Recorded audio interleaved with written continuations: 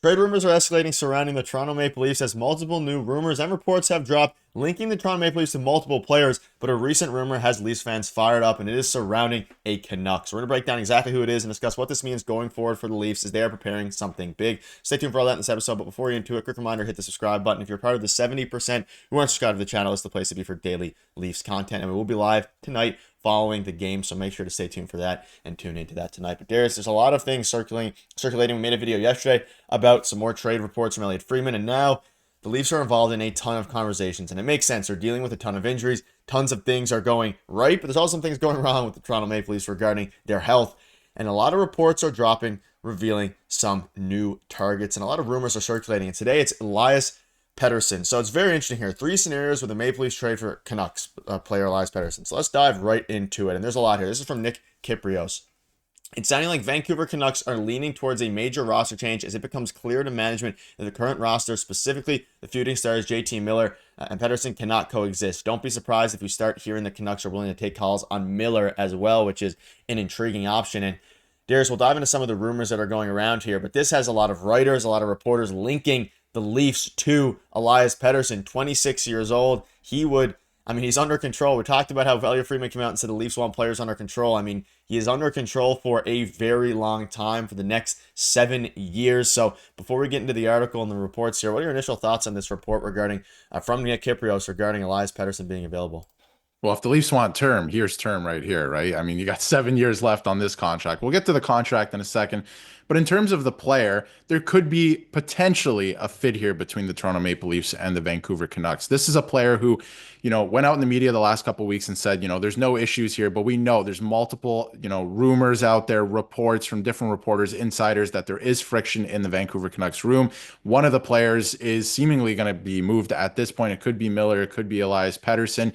It seems like Pettersson, maybe his time could be up in Vancouver. I think that they would like to keep him. He has a potential to be a first line center, obviously, a really good player in this league and still is, but obviously this year hasn't gone the way that the Canucks would like. But again, there could be a fit here. The Leafs are looking for a second line center to play behind Austin Matthews. This is a guy that would fit right into that role. This is a guy who would be a first line center on majority of the teams in the NHL, right? So he could fit in there. Tavares could move to the wing, but there's a lot of things that would have to happen to make this work in terms of possible trade scenarios. The Leafs would have to move off some salary. Maybe it's Mitch Marner, right? Maybe you move off of a defenseman, something like that. We'll get to that in a second, but a lot would have to happen to make this work. But long term, you would get your second line center. You wouldn't have an issue with that for the next, the foreseeable future, the next 6 years at least. So I think it's a very interesting option. And if he's available, every team should be kicking tires on this and seeing, what it would cost. Yeah, it's very interesting. He's obviously the assistant captain for the Canucks, which makes this intriguing as well. But you can see this here. So Sportsnet's writer basically published an exclusive interview with the Canucks GM Patrick Alvin. Among the more interesting quotes in exchange came when Alvin was asked about the potential of trading Pettersson before his contract trade protection kicks in next year. That's a big part of this, is that after next year, it's going to be very difficult for the Canucks to trade him and get maximum value. So Petey has shown up to this point, and he's an extremely talented quality player that could and should be a number one center. I believe in him. I believe that he's capable, but he needs to be mature and understand that there are certain expectations, and it does not get easier, and you need to face the music when things don't go well. Is a trade possible? I would say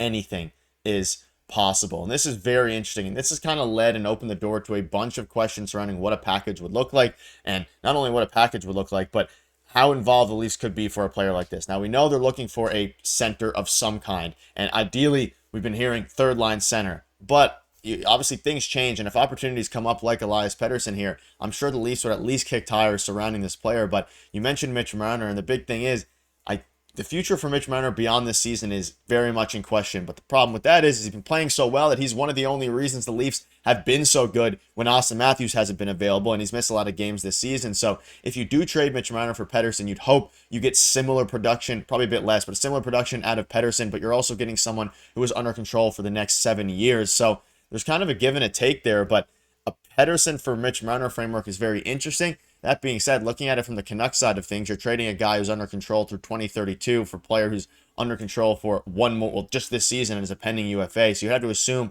an extension would be in order, or at least, maybe the Leafs would give up more. So it's a very weird thing given the contract, complete polar opposite sides of the spectrum here. But like the article dropped, they are interested in trading him if they get assets back. And Mitch Marner would be probably the best available asset out of any team in the NHL when looking to trade for Pettersson, albeit he is a pending UFA after this season, which makes things a little bit more interesting for the Canucks and Leafs in this regard. I think it's an interesting idea in that trade, right? If Mitch Marner is to be traded at this point, I think it has to come with an extension in place with the trade. So I think that is probably a little bit less likely. Like some people have thrown out there, maybe Morgan Rielly in this trade. You would have to give up more salary because again, Pettersson makes 11.6. He's in the first year of that deal, so there's no retained salary here. There's no way the Canucks are going to retain any salary for the next 7 years on this deal. So there's potential for Morgan Rielly.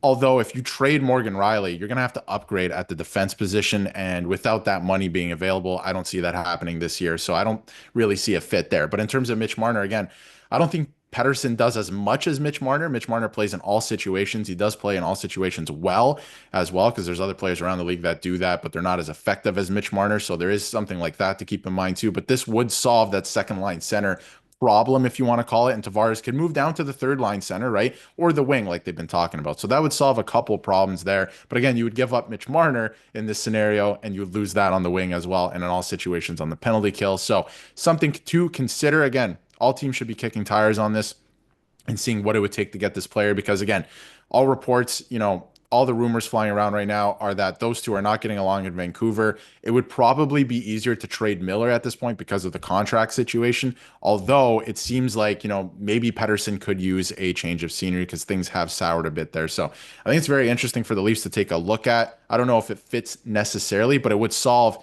a couple problems, but again, could create a couple problems if you move off Mitch Marner. But Mitch Marner doesn't have a contract yet either. We don't know if he's going to resign, and it sounds like the Leafs have an internal cap as well, and Pettersson would be below that, already signed for the next 7 years. So very interesting to consider, and I think that, again, the Leafs and any other team should be considering it.